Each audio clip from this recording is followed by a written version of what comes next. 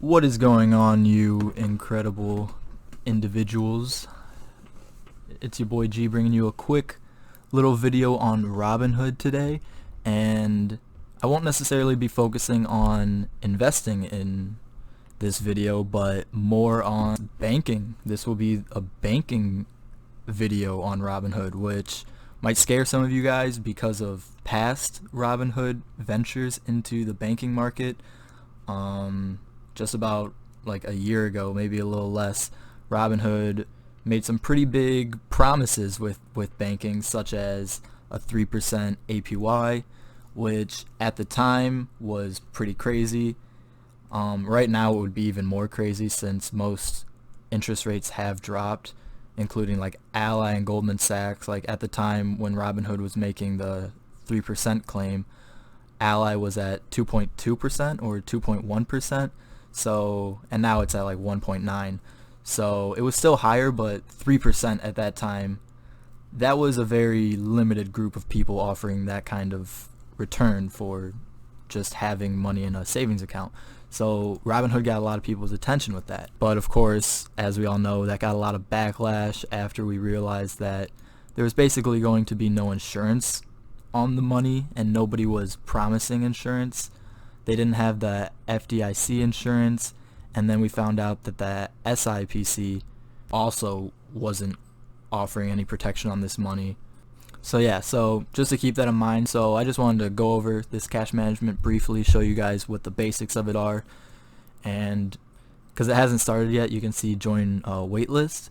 So I wanted to give you guys the information now so you can decide if this might be something you want to use.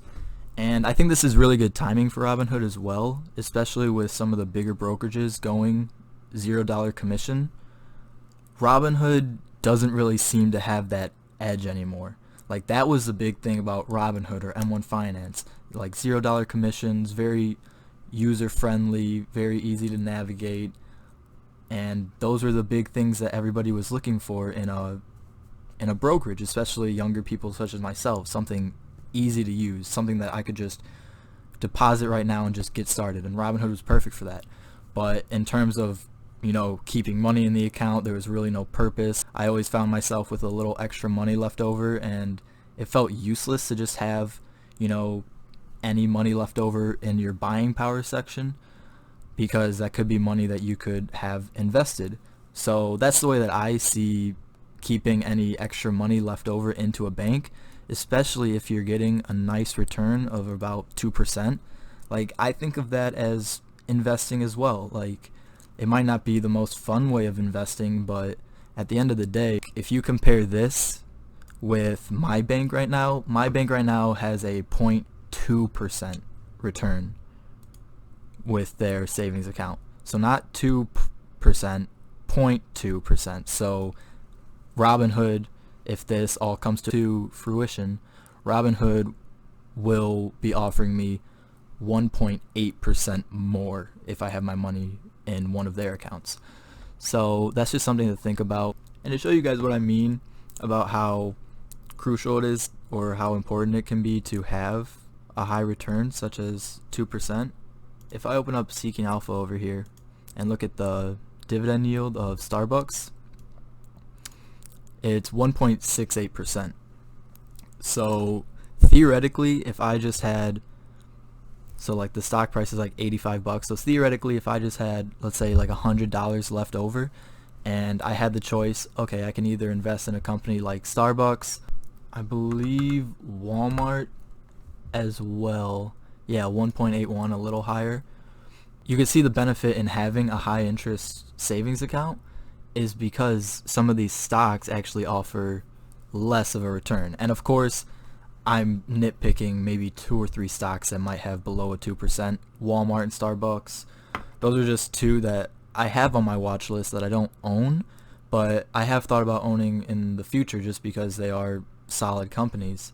That's another thing is I'm just looking at the current yield, Hopefully Starbucks or Walmart, they will increase dividends over time, and that's not looking at anything like capital gains as well, like the stock improving over time and just performing well. So just something to keep in mind. But I do think that this is just a really nice thing to have just for that leftover money. I still really recommend just investing and not just keeping huge lumps of sum in this. You can if you want, because 2% is a good yield at the end of the day. It is a good yield, and I will probably still just use this as a place to park my money for investing.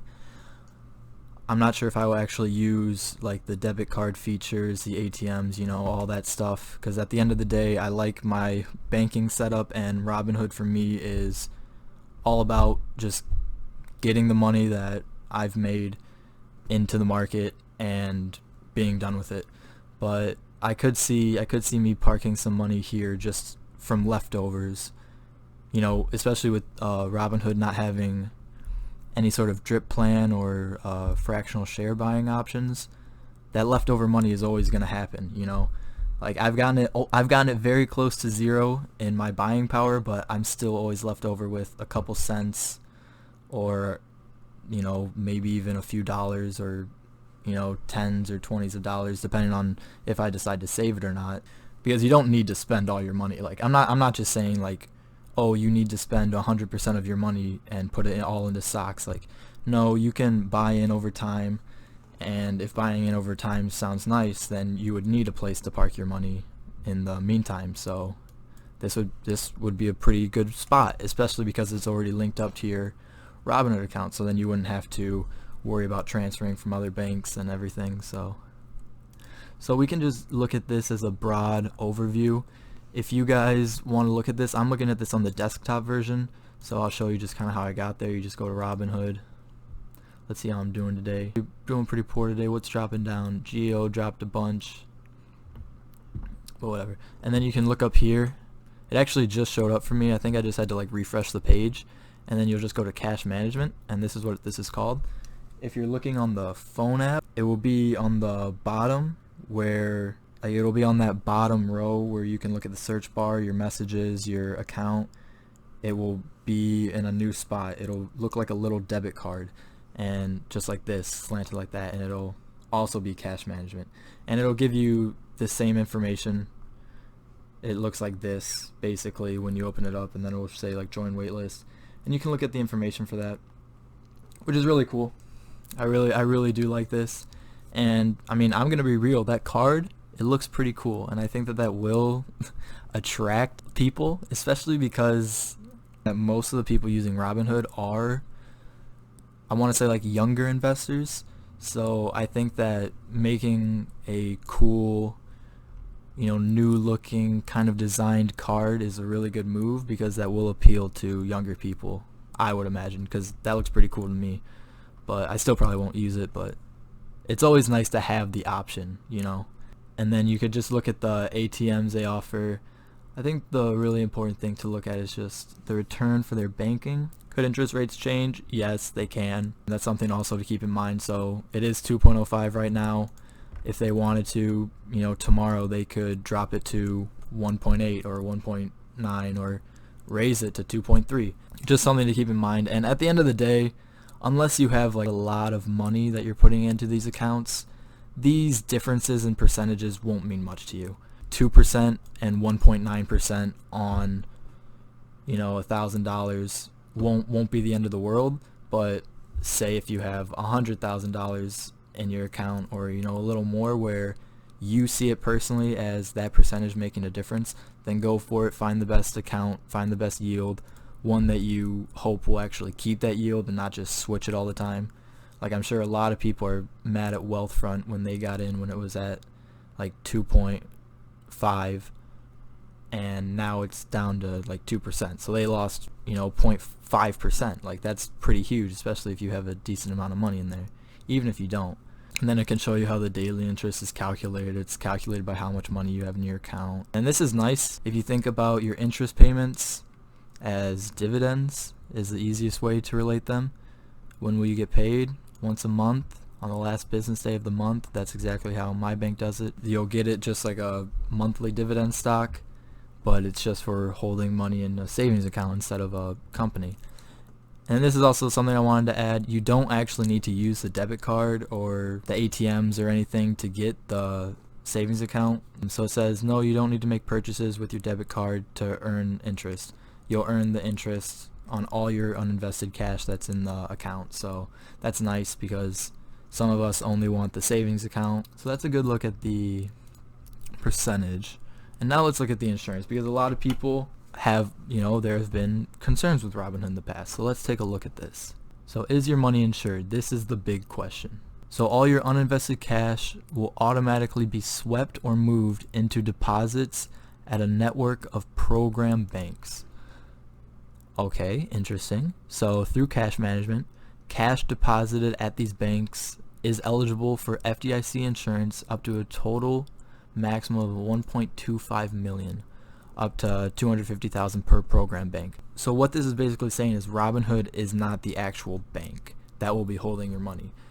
So they will take your money and they will send it out to program banks that will hold your money, and then they will be the ones getting the interest on it and then paying you the interest. And then Robinhood Financial is a member of the SIPC, which protects securities customers of the members up to 500,000. So the SIPC is more for stocks and investing, and the FDIC is the banking side of things. So just if you were confused about the difference of those, so this is the one that will insure your actual brokerage account. So is Robinhood a bank? Is that the big question then? Is Robinhood going to add banking to their resume? No. Robinhood offers the cash management feature as part of a brokerage account in conjunction with program banks. The Robinhood debit card is issued by Sutton Bank.